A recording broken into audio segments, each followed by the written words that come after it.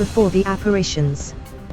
When one describes the apparitions, Bernadette is often presented as a poor, frail and ignorant girl, living in miserable conditions in the cachot.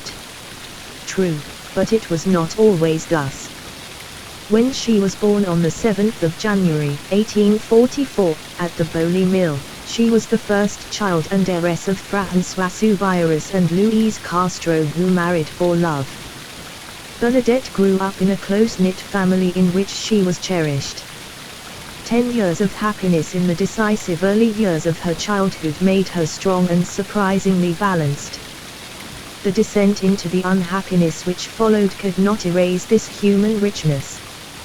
Bernadette, at 14 years of age, stood only 1m40 tall.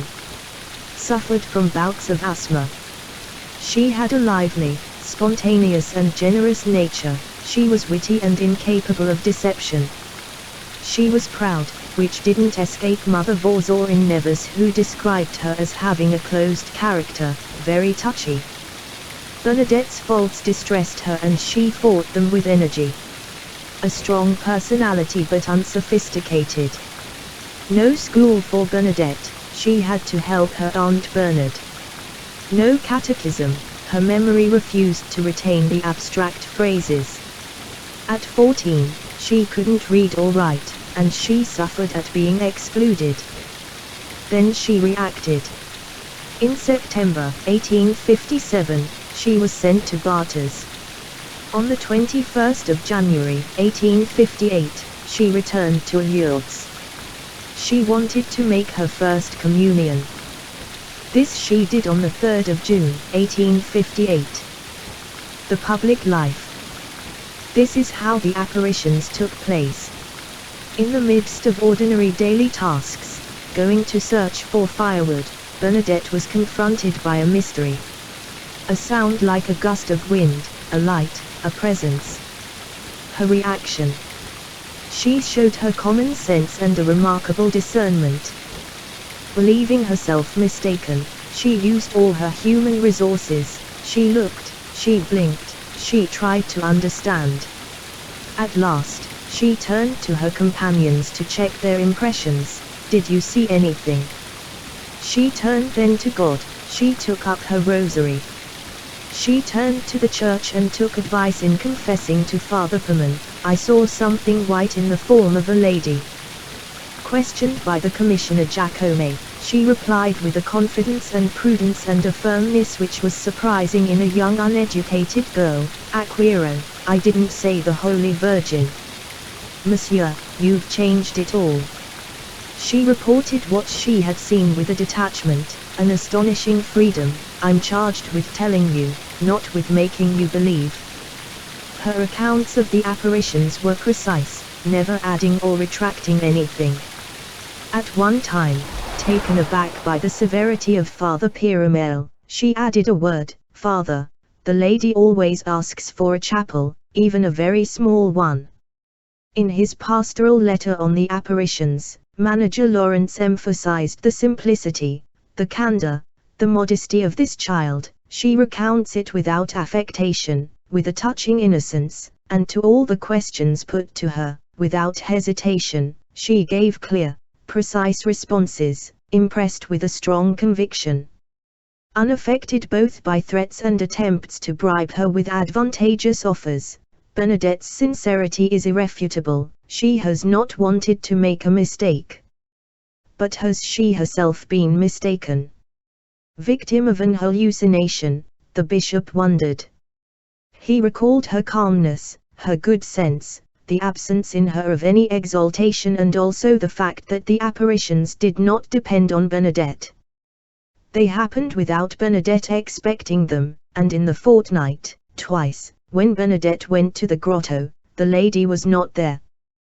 Bernadette had to respond to the curious, to admirers, journalists and others, to appear before civil and religious commissions.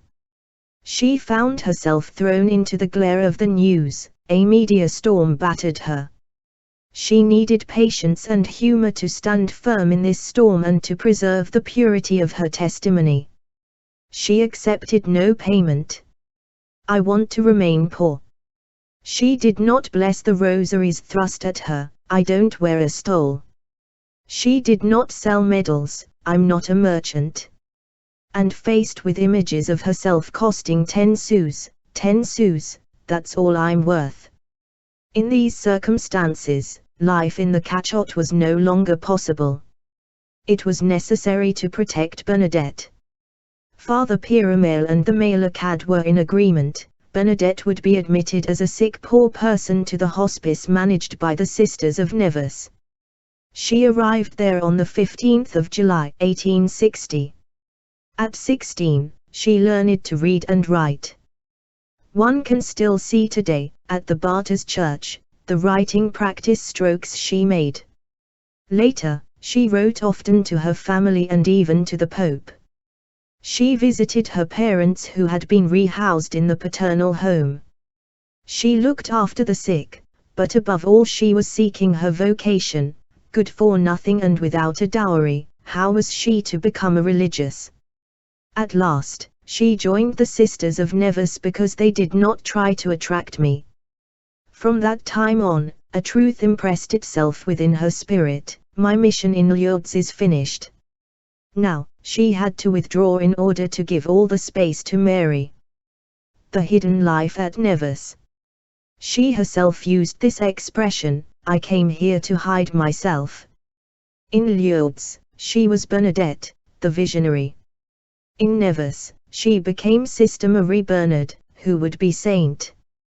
One often hears about the severity of her superiors towards her, but it has to be understood that she was a unique case. She had to be shielded from curiosity, to be protected, and the community also had to be protected. Bernadette gave her account of the apparitions before the assembled community on the day after she arrived. Thereafter it was not to be spoken of. She was kept in the mother house where she loved to care for the sick. On the day of her profession, no particular office /work had been prepared for her. The bishop declared that her work would be the work of prayer. Pray for sinners, the lady had said. She remained faithful to this. My weapons, she wrote to the Pope, are prayer and sacrifice. Her own illness made her a regular patient in the infirmary, and then there were endless parlor visits. These poor bishops, they'd do better to stay at home. Lourdes was a long way off. She would never return to the grotto. But every day she made her pilgrimage in spirit. She did not speak of Lourdes, she lived its message. You will become the first to live the message, said her confessor Father Daus to her. And in fact, after having been assistant infirmarian, she entered bit by bit into sickness herself. She did her work in this, accepting all crosses, for sinners, in an act of perfect love. After all, they are our brothers.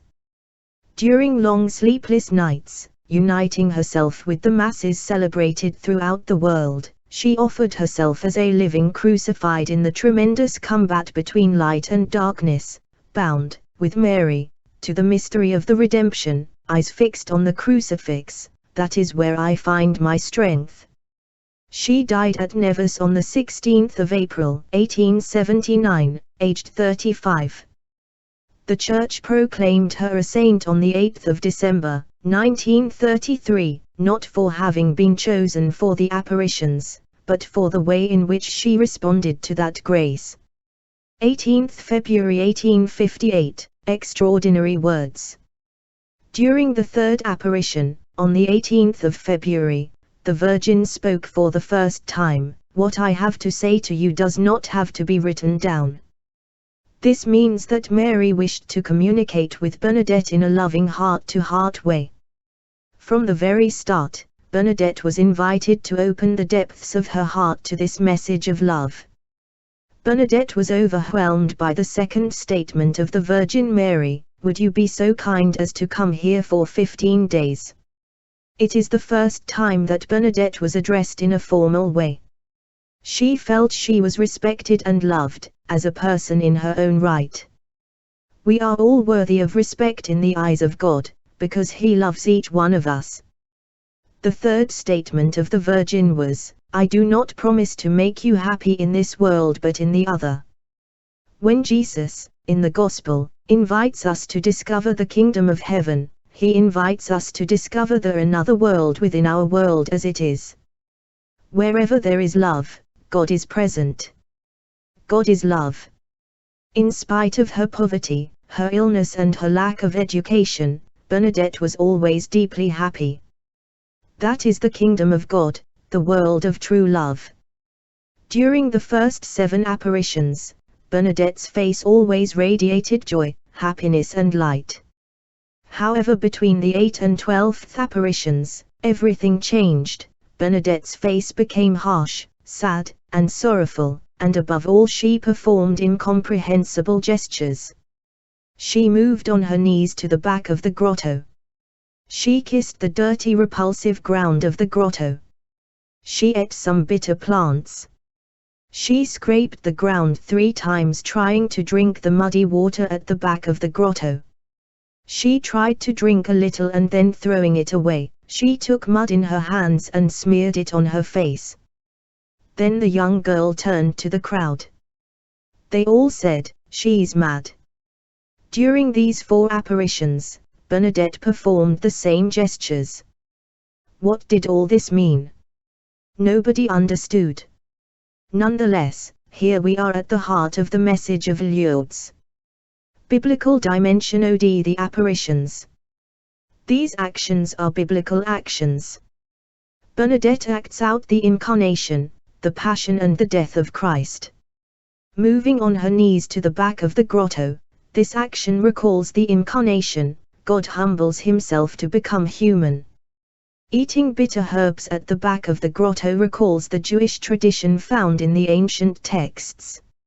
Smearing her face with mud, when the prophet Isaiah speaks to us about Christ, he depicts him as the suffering servant. The grotto hides an immeasurable treasure.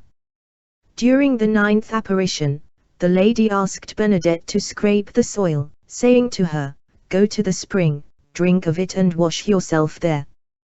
By these actions, the mystery of the heart of Jesus is revealed for us. A soldier pierced his heart with his lance and there immediately flowed out blood and water. The herbs and the mud represent the heart of man wounded by sin. However, in the deepest recesses of that heart, there lies the very life of God signified by the spring. Bernadette is asked, "Did the lady say anything to you?" She replied, "Yes, from time to time," she said, "penance, penance, penance. Pray for sinners." By penance, one must understand conversion. For the Church, conversion consists of turning one's heart towards God and towards our brothers and sisters, as Christ taught us. During the 13th apparition, Mary said to Bernadette, "Go, tell the priests and that people should come here in procession and to build a chapel here." Come here in procession means accompanying our brothers and sisters in this life.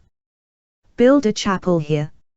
In Lourdes, chapels were built to accommodate the crowds of pilgrims. The chapel is the church that we ought to build where we are. The lady gives her name, Q Soyera Immaculada Concepta. On the 25th of March, 1858, the day of the 16th apparition, Bernadette asked the lady her name.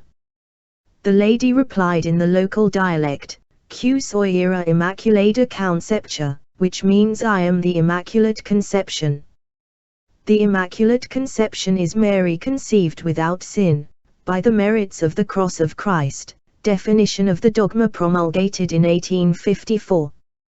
Bernadette went to see the parish priest straight away to give him the name of the lady. He then realized it was the Mother of God who was appearing in the grotto. Later, Manager Lawrence, Bishop of Tarbes, authenticated this revelation. We are all called to become immaculate. The message is signed when the lady gives her name after 3 weeks of apparitions and then 3 weeks of silence from 4 to the 25th of March. The 25th of March is the day of the Annunciation, when Jesus is conceived in Mary's womb. The Lady of the Grotto tells us her vocation. she is the mother of Jesus, her whole being is directed towards conceiving the Son of God, and she is entirely devoted to him. For this reason, she is immaculate, wholly inhabited by God. In this way, the Church and every Christian should allow themselves to be inhabited by God in order to become immaculate, wholly forgiven and pardoned, so that they may, in turn, become witnesses of God. The signs of Lourdes. The rock. Touching the rock represents the embrace of God, solid as a rock. Throughout history, grottos have always served as natural shelters and have stimulated man's imagination. Here in Massabielle, as in Bethlehem and in the tomb of Gethsemane, the rock of the grotto has also sheltered the supernatural. Without any education, Bernadette instinctively understood. "It was my heaven," she said concerning this grotto. "Facing this rocky mass, you too are invited to pass inside. See how the rock is smooth, polished by the touch of billions of loving caresses. As you pass through, take time to look at the ever-flowing spring, at the rear left. The light. Near the grotto, millions of candles continuously burn since the 25th of February, 1858. That day, Bernadette arrived at the grotto with a blessed candle which she held, still burning, in her hand until the end of the apparition. Before she left, the Virgin Mary asked her to leave the candle burning in the grotto. Since then, the candles offered by the pilgrims remain alight day and night. Each year, 700 tons of candles burn for you and those who cannot come. This sign of the light is omnipresent in sacred history. Pilgrims to Lourdes express their hope in a tangible way by carrying a candle in the procession. The water. Go and drink at the spring and wash yourself there. This is what the Virgin Mary asked of Bernadette Soubirous on the 25th of February, 1858. Lourdes water is not holy water. It is normal water. It has no thermal virtue or specific property. Lourdes water from the spring became popular because of the miracles associated with it. The people who are cured either apply it or drink it. Bernadette Soubirous herself said, "This water is being taken as medicine. One must have faith, one must pray. This water would have no virtue without faith." The water of Lourdes is also the sign of another water, that of baptism. The crowds. For over 160 years, the crowds come to Lourdes from all corners of the earth. During the first apparition on the 11th of February, 1858, Bernadette was only accompanied by her sister Toinette and a friend Jeannie Abadi. After only a few weeks, Lourdes gained the reputation of the city of miracles. Hundreds and then thousands of the curious flocked from the surrounding countryside. After the official recognition of the apparitions by the Church in 1862, the first local pilgrimages were organized. The reputation of Lourdes assumed an international dimension in the first years of the XXth century. However, it was only after the Second World War that the statistics show a sharp increase. From April to October, each Wednesday and Sunday at 9:30 am, an international Mass is celebrated in the Basilica of St. Pius X. International Masses adapted for young people also take place in the sanctuary during the months of July and August. The sick people and the hospitaliers. What is particularly striking to the casual visitor is the number of sick and disabled people present in the sanctuary. All those traumatized by life may find a certain degree of comfort in Lourdes. Officially, 80,000 sick and disabled people from many countries come to Lourdes each year. Despite their wounds or disabilities, they feel they are in a haven of peace and joy. The first cures of Lourdes occurred during the apparitions. At the time, the sheer sight of the sick moved people to offer their help spontaneously. They became the men and women hospitaliers. The cure of the body cannot conceal the cure of the heart. The sick and the so-called able-bodied meet and pray together in front of the grotto of the apparitions before the Virgin Mary. Thursday, 11th February 1858, the first meeting. Accompanied by her sister and a friend, Bernadette went to Medjugorje on the banks of the Gave to collect bones and dead wood. Removing her socks in order to cross the stream, she heard a noise like a gust of wind. She looked up towards the grotto. I saw a lady dressed in white. She wore a white dress, and equally white veils, a blue belt and a yellow rose on each foot.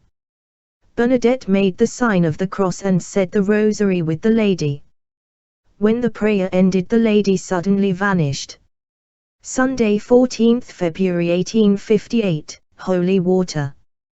Bernadette felt an inner force drawing her to the grotto in spite of the fact that she was forbidden to go there by her parents. At her insistence, her mother allowed her. After the first decade of the Rosary, she saw the same lady appearing. She sprinkled holy water at her. The lady smiled and bent her head. When the Rosary ended, she disappeared. Thursday, 18th February 1858. The lady speaks. For the first time, the lady spoke. Bernadette held out a pen and paper asking her to write her name. She replied, "It is not necessary," and she added, "I do not promise to make you happy in this world but in the other. Would you be kind enough to come here for a fortnight?" Friday, 19th February 1858, the first candle. Bernadette came to the grotto with a lighted blessed candle. This is the origin of carrying candles and lighting them in front of the grotto. Saturday, 20th February 1858, in silence. The lady taught her a personal prayer. At the end of the vision, Bernadette is overcome with a great sadness.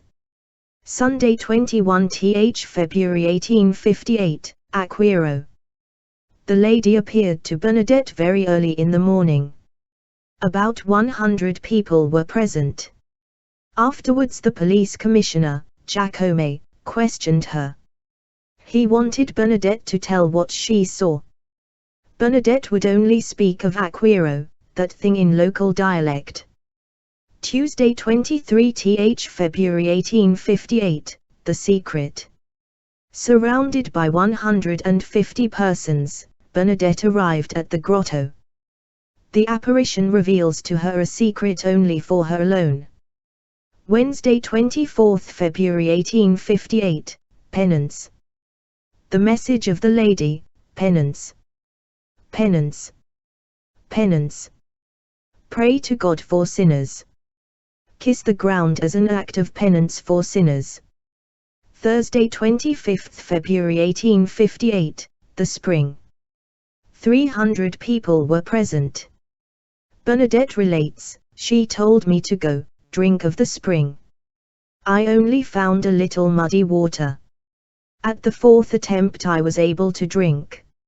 She also made me eat the bitter herbs that were found near the spring, and then the vision left and went away."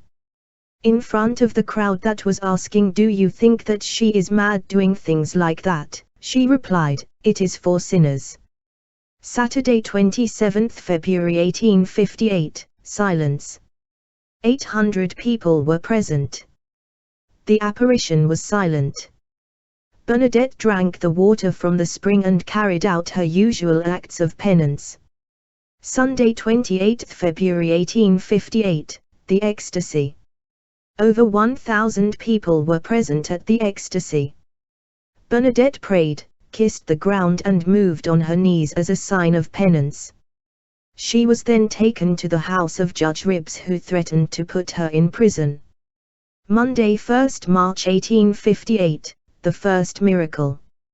Over 1,500 people assembled, and among them, for the first time, a priest. In the night, Catherine Latapi, a woman from Medjugorje, 7 kilometers away, went to the grotto. She plunged her dislocated arm into the water of the spring. Her arm and her hand regained their movement. Tuesday, 2nd March 1858, message to the priests. The crowd becomes larger and larger. The lady asked her, "Go and tell the priests that people are to come here in procession and to build a chapel here." Bernadette spoke of this to Father Piramel, the parish priest of Lourdes. He wanted to know only one thing, the lady's name. He demanded another test, to see the wild rose bush flower at the grotto in the middle of winter. Wednesday, 3rd March 1858, a smile. From 7 o'clock in the morning, in the presence of 3,000 people, Bernadette arrived at the grotto, but the vision did not appear. After school, she heard the inner invitation of the lady. She went to the grotto and asked her again for her name. The response was a smile. The parish priest told her again, if the lady really wishes that a chapel be built, then she must tell us her name and make the rose bush bloom at the grotto. Thursday, 4th March 1858, the day all were waiting for. The ever greater crowd, about 8,000 people, waited for a miracle at the end of the fortnight. The vision was silent. Father Piramel stuck to his position. For 20 days Bernadette did not go to the grotto, she no longer felt the irresistible invitation. Thursday, 25th March 1858, the name they waited for. The vision finally revealed her name, but the wild rose bush, on which she stood during the apparitions, did not bloom. Bernadette recounted, she extended her arms towards the ground, then joined them as though in prayer and said, "Que soy la Immaculada Concepción, I am the Immaculate Conception." The young visionary left and, running all the way, repeated continuously the words that she did not understand. These words troubled the brave parish priest. Bernadette was ignorant of the fact that this theological expression was assigned to the Blessed Virgin. 4 years earlier, in 1854, Pope Pius IX declared this a truth of the Catholic faith, a dogma. Wednesday, 7th April 1858, the miracle of the candle. During this apparition, Bernadette had to keep her candle alight. The flame licked along her hand without burning it. A medical doctor, Dr. Dalzos, immediately witnessed this fact. Friday, 16th July 1858, the final apparition. Bernadette received the mysterious call to the grotto, but her way was blocked and closed off by a barrier. She thus arrived across from the grotto to the other side of the cave. I felt that I was in front of the grotto, at the same distance as before. I saw only the Blessed Virgin, and she was more beautiful than ever. Since the apparitions, Lourdes has dealt with more than 7,000 cases of unexplained cures.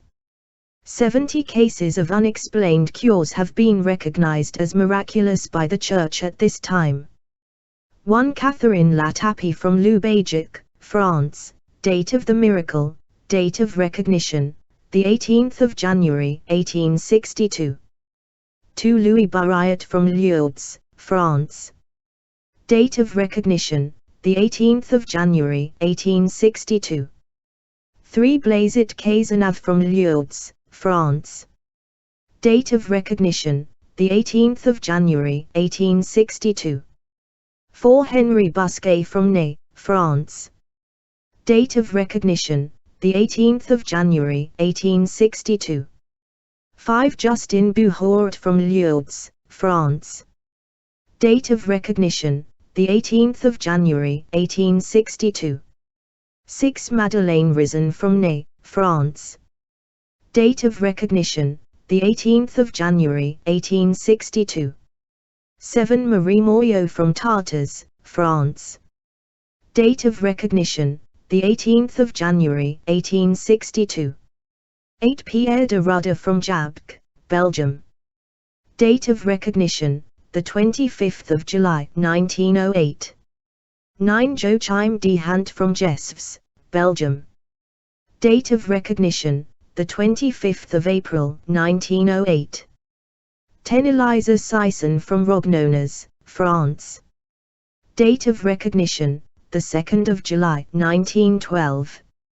11 Sister Eugenia, Marie Mobile, from Bernay, France. Date of recognition, the 30th of August, 1908. 12. Sister Julienne, Aline Bruyère, from La Roque, France. Date of recognition, the 7th of March, 1912. 13. Sister Josephine Marie, Anne Jourdain, from Goencourt, France. Date of recognition, the 10th of October, 1908. 14. Amélie Chagnon from Poitiers, France. Date of recognition, the 8th of September, 1910. 15. Clementine Trouve, Sister Agnes Marie, from Rueil, France. Date of recognition, the 6th of June, 1908. 16. Marie Lebranchu, Mrs. Vuiplier, from Paris, France. Date of recognition, 6th June 1908. 17. Marie Le Marchand, Mrs. Orthia, from Seine, France. Date of recognition, 6th June 1908. 18. Elise Lesage from Bucquoy, France. Date of recognition, the 4th of February 1908. 19. Sister Marie de la Présentation, Sylvie Delporte, from Lille, France. Date of recognition, the 15th of August 1908. 20. Father Sirette from Beaumontel, France. Date of recognition, the 11th of February 1907. 21. Aurélie Huprel from Saint-Martin-le-Noid, France. Date of recognition, the 1st of May 1908. 22. Esther Brackman from Paris, France.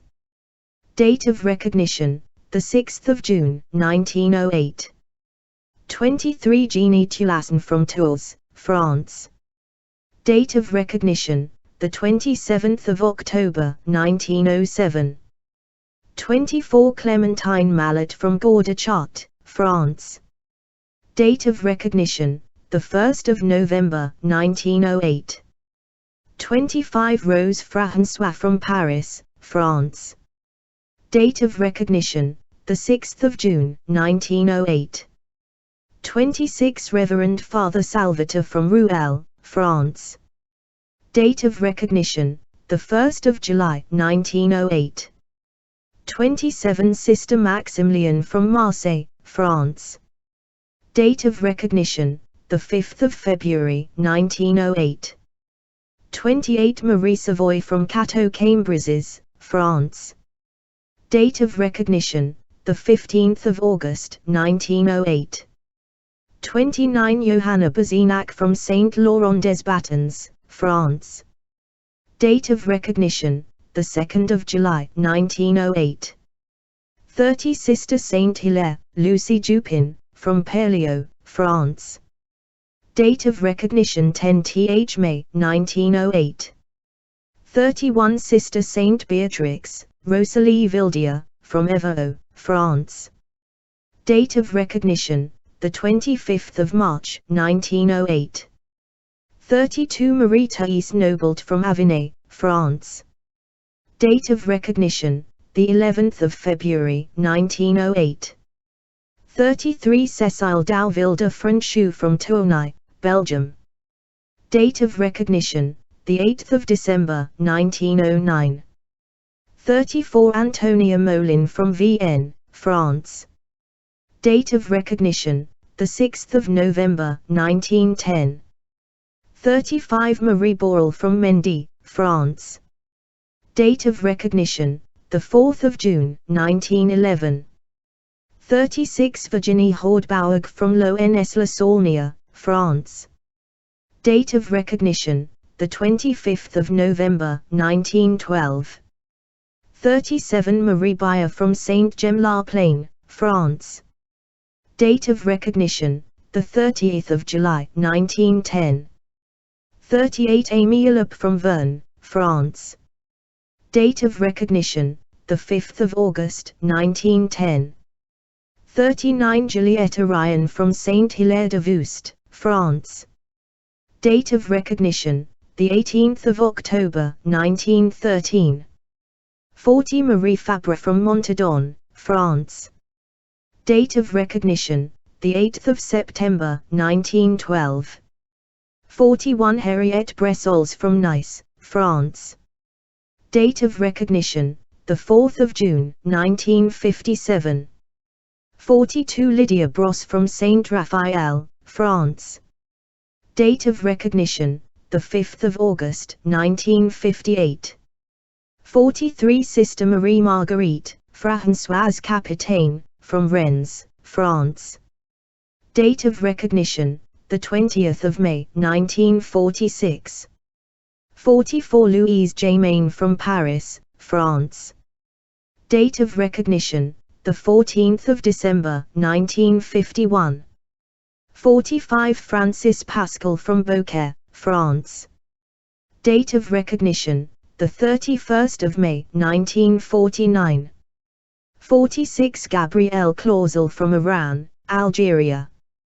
Date of recognition, the 18th of March, 1948. 47 Yvonne Fournier from Limoges, France.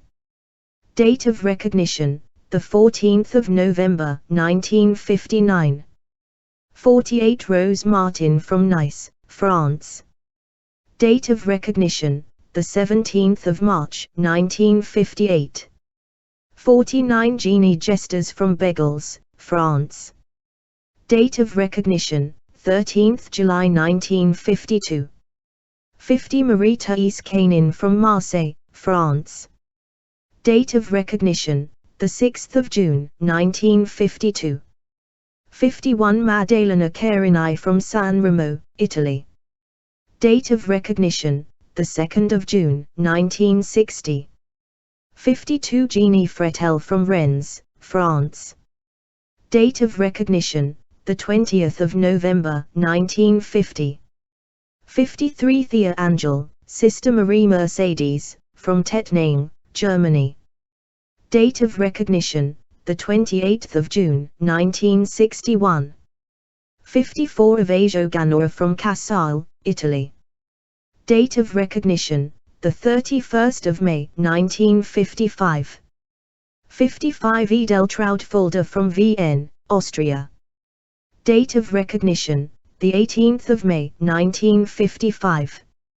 56 Paul Pellegrin from Toulon, France. Date of recognition, the 8th of December, 1953. 57 Father Leo Schwager from Freiburg, Switzerland. Date of recognition, 18th December 1960. 58 Alice Coutault from Buil-Loretz, France. Date of recognition, the 16th of July 1956. 59 Marie Bigot from La Richardaise, France. Date of recognition, the 15th of August 1956. 60 Jeanette Nouvel from Carmoz, France. Date of recognition, the 31st of May 1963.